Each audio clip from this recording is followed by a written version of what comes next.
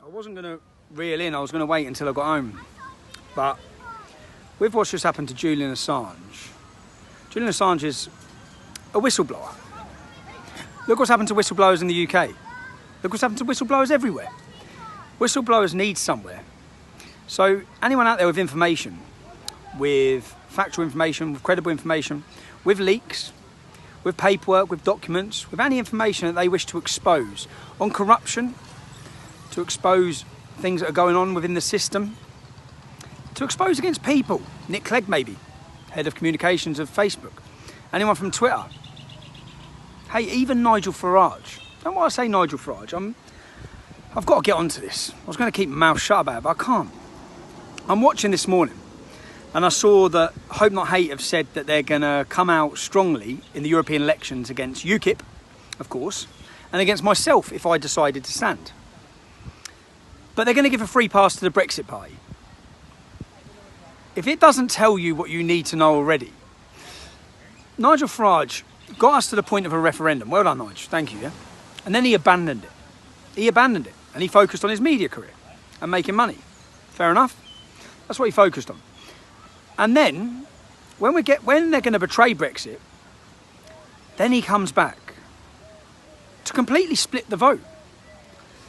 Nigel's never spoken about issues that affect working class communities. Yeah, he's been strong on the European Union, but he got us to a point and then he abandoned it. And he abandoned it so much so that the only people he allowed to become in charge, or he put in charge of UKIP, were people that he knew would fail. He didn't want a growing resistance party. He didn't want it. And in fact, he didn't just not want it. He done everything he could to stop it. Look what he did to Anne-Marie Waters. And Anne-Marie, if you're watching this, babe, I love you. Wherever Anne-Marie is standing in her election, people should support her. She's amazing. She's a very strong lady on all of the issues. He tried to destroy her, or the party did within UKIP. Now, what he done was he put Henry Bolt in him, who he knew would fail. Why? What's his reasoning for that?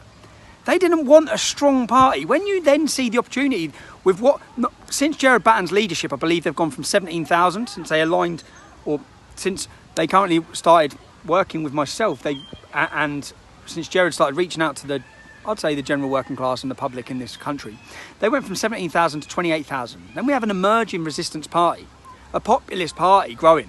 Nigel Farage comes back into politics, completely divide the vote and split the vote to tell you he represents you. Now, it's frustrating for me because it's clear evidence. Hope Not Hate are not working against him. They're not going to tackle Nigel Farage. They're going to tackle UKIP and myself. There's the evidence in yourself. Nigel is the establishment. Nigel is a city banker, a toff, who looks down upon his nose upon working class people like you. That's the reality. And I know that's hard to take, because it was hard for me to take, because I admired Nigel's fight. But then he exposed himself with his classism. And by watching who he put in charge of UKIP, it was very clear he wanted it to fail. And I thought he wanted it to fail because he wanted to be known as Nigel Farage. He was UKIP. Now he's not, because UKIP's continued to grow and fight under Gerard Batten's leadership. And then from that, sorry, there's a big peacock in front of me, yeah? I'll have a look here. So, he's decided to try and destroy UKIP. And then he comes out right at the last minute. And he hasn't set up a political party, he's set up a Brexit party.